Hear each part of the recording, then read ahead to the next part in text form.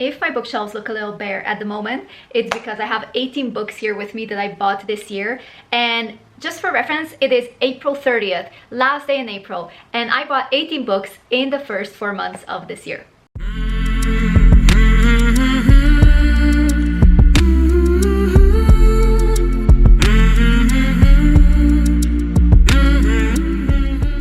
Without further ado, I'm gonna jump into these and I'm gonna tell you which ones I've already read, which ones I have not, and I'm gonna go in the order that I bought them. First book that I bought is Divine Rivals by Rebecca Ross. I already read this book. I believe it was like a 3.75, 3.5 star read. I am planning on reading the next books, just one, Ruthless Vows, but I'm not planning on buying it anytime soon. I want to read it first because this one was okay. I love the cover, but I'm not sure if I'm gonna like book 2, so I want to read it first and then I will buy it if I like it.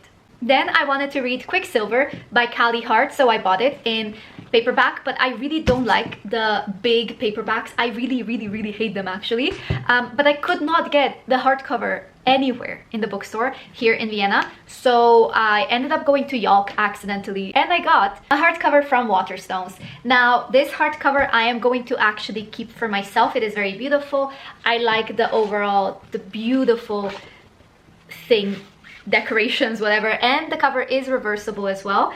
But oh my god, I'm planning on getting the German cover because the edition that they have here, wait, Darius has it, my flatmate has it. I have to show you because it's absolutely stunning, but for reference I'm just going to tell you this I am giving to my sister as a gift because I do not need 2 copies, and like I said, I hate the big chunky paperbacks. Let me tell you, German editions, every single time they slay. They are so fantastic. I go to a bookstore here in Vienna, and if the books are in German, they are bound to have sprayed edges. So beautiful, such stunning design. And then you see the English section and it's just like really sad. Anyway, the cover is pretty much the same, but you take it off and you have this.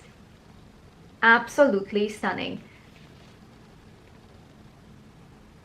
And then yeah, just absolutely stunning. He has 231 pages into it.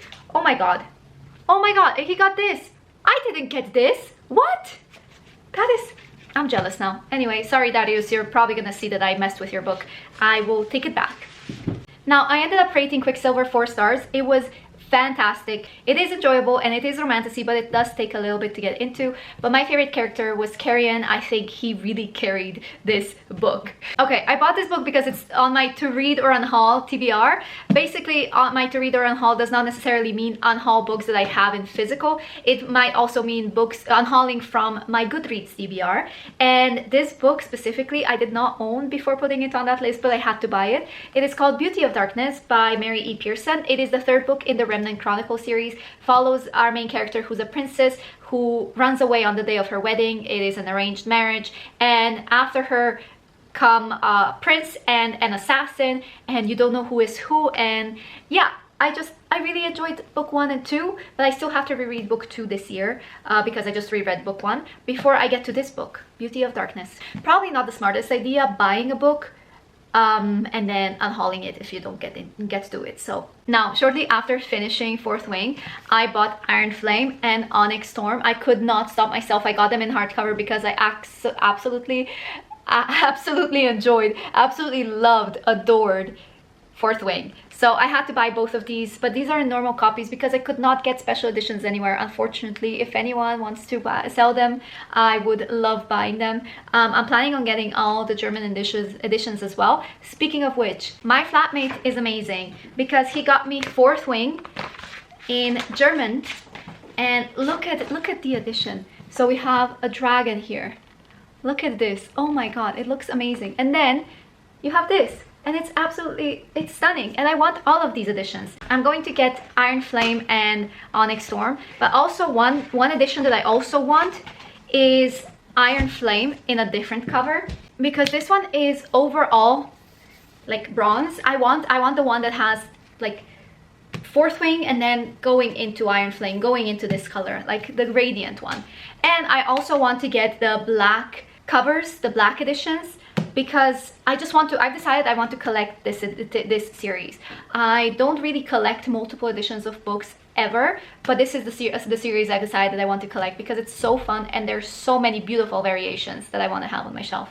Also, I did finish Iron Flame and Onyx Storm. Iron Flame was, I think, a 4-star read or 4.25, and Onyx Storm was 3.75, or both were 3.75. I'm not entirely sure. Then I went ahead and bought Cruel is the Light, solely based on this book cover. Also, like, beautiful design, everything. But I ended up DNFing it. Still, if I show you, it is so gorgeous. So gorgeous. It's about an exorcist and a soldier and demons. It's set in Vatican. And I did not realize how urban fantasy it was going to be, because it looks very fantasy, and it is quite fantasy, but also not. And I didn't enjoy it at all. And the one thing that bothered me most is the writing style. Then I ended up hauling 2 books, which, funny story, first I ended up hauling 2 Twisted Crowns because I thought I picked up One Dark Window. I bought this in London, and then I had to find this one here in Vienna because I did not realize that I accidentally picked up book 2 when I wanted to pick up book 1, because I picked up book 1, walked around, decided I'm not gonna buy it, set it down at the books, and then I went around the bookstore, and then I picked it up again, but I ended up picking up this one accidentally. So I bought both of these, absolutely love them. 5 stars, 4.25 stars. I definitely recommend you to read them if you haven't yet. It's about our main character, Elspeth, who has this power to basically suck into herself tarot cards magic. So it's set in a world where tarot cards have magic, and people use them for like everything, and when she touches them, she sucks the power inside, and she found out by touching the card called the Nightmare. Now this monster then ends up inhabiting her mind, and the more she asks it for help, the more she's losing herself. So overall, it's also romantasy. It's not spicy, but it is very cute, and I enjoyed it. Then I bought The Serpent in the Wings of Night. I was looking for this book in hardcover for so long, and I didn't find it, and I'm still looking for it. But so far, I'm happy with the paperback. I still want the hardcover editions though. Carissa Broadbent, I really enjoyed. This is the first book in the Crowns of Nyaxia. I think I rated it 4 stars, something along the lines, 3.75 maybe, and it was interesting. It is about our main character, Aurea, who's human, and she has to become allies with this vampire in order to survive these trials, and they kind of end up forming a friendship of sorts.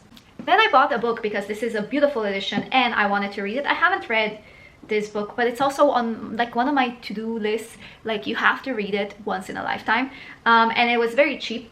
So I bought The Art of War and Other Eastern Classics. We have The Art of War, the Tao Te Ching, and Confucian Analects. It is very gorgeous, a gorgeous edition inside as well. So I'm really looking forward to reading this, and yeah, just because it's one of those things you need to pick it up. I don't know, I just have a feeling I want to pick it up, especially after Pride and Prejudice and Zombies, when they talked about this book. Also, another book that I actually bought in TK Maxx just for shits and giggles is Dr. Dale's Zombie Dictionary, the A to Z Guide to Staying Alive. Listen, if there is ever gonna be a zombie apocalypse, I would love to have this on hand. And also, I just love zombie apocalypse books. And if I ever write a book about zombies, I think I will maybe keep some tips and tricks from here. You know, I really want to read it. It's a weird book, but it has potential to be fun.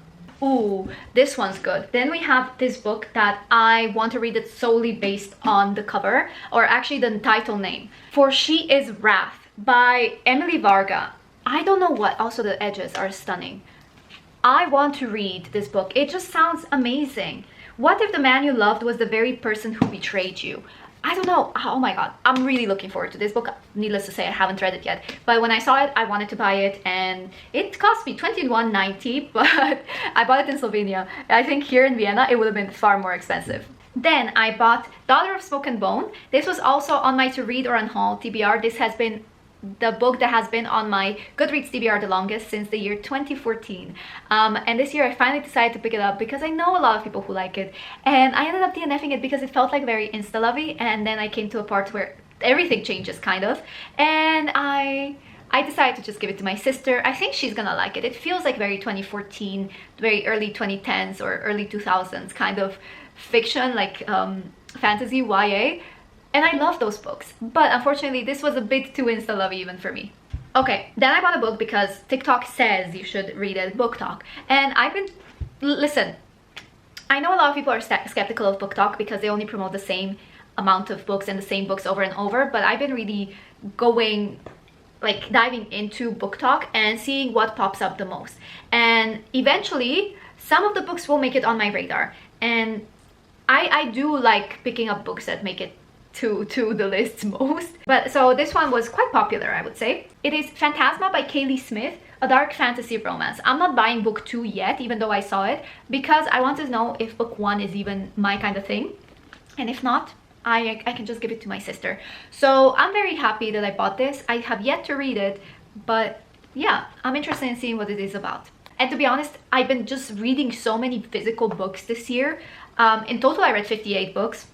I've just been reading so much that I need to keep buying books, otherwise I'm going to run out of my physical TBR. And I've come to a point where I read more books from my physical TBR than I actually end up hauling, which is a bit depressing, to be honest. That's why I've been just buying books. And if you have any book recommendations, please let me down in the comments below, because again, I need books, I need recommendations. And I ended up buying The Ashes and the Star-Cursed King, because I already read The Serpent and the Wings of Night, and these are the editions that I wanted. The hardcover copies with the art on the edges. These are the editions that I wanted, and these are the editions that I'm gonna get the rest. But I'm also getting one from Lilac Libraries in June, so I can't wait to see what they're gonna have. But yeah, I still need to read this one, and I'm gonna read this one in May because I did not manage to read it in April. They Bloom at Night. And now this one is a horror book, and it is one of my most anticipated releases of 2025. And so when I saw it in the bookstore, because they rarely get the new releases that I am interested in, or that I have on my list. But so when I saw this one, I knew I had to get it. The other ones I will just order online. It's set in a small town that when a hurricane hit, the red algae bloomed all over the town, and releasing mutated wildlife into the ever-rising waters. Left alone with her grieving mom, Noon is struck navigating the wreckage, desperate to forget but unable to move on. Then Jimmy, Mercy's predatory leader, offers Noon a chance at freedom, provided she and her mom catch the creature drowning the town's residents. Finding an unlikely ally in Jimmy's deadly hunter of a daughter, Covey, Noon sets out to complete a mission at all costs. But as the next storm approaches, she must decide if she can confront the monster in her past and answer the one itching under her own skin. So she's slowly turning into a monster, and I think, oh, that is gonna be amazing. And the last book, the 18th book that I bought, I actually bought it last week. What? No, I bought it yesterday. So how I had this pitched was, the main male character is an actor, and he plays a werewolf in a TV series, and then suddenly in real life he transforms into a werewolf as well. It is called Fan Service by Rosie Danan. I don't know. This is the first time I've heard of this author, but I've had it on my radar just recently. So yeah, I think it's gonna be amazing. I don't know. I'm just excited to buy something fun, because I've been buying a lot of fantasy, and normally fantasy is the one that I'm keeping, and the fun books are the ones that I'm giving to my sister, because I rarely reread the fun romance whatever, but I do like to reread fantasy. So I think this one, because it has paranormal, like werewolves and stuff, I think it's gonna be a keeper. Anyways, guys, thank you so much for watching this video. I hope you had a lovely time. I will check in another 4 months maybe to see how many books I bought, or when I get a big pile of books again, because 18 books I think is a lot, but also I'm so excited. I'm so happy to be buying books. And also in November I am going to York, and I'm already saving up money, you know me, because I have to buy a lot of books. I have a lot of plans for November for York. So thank you guys so much for watching. I hope you have a lovely day, and I will see you next time. Bye.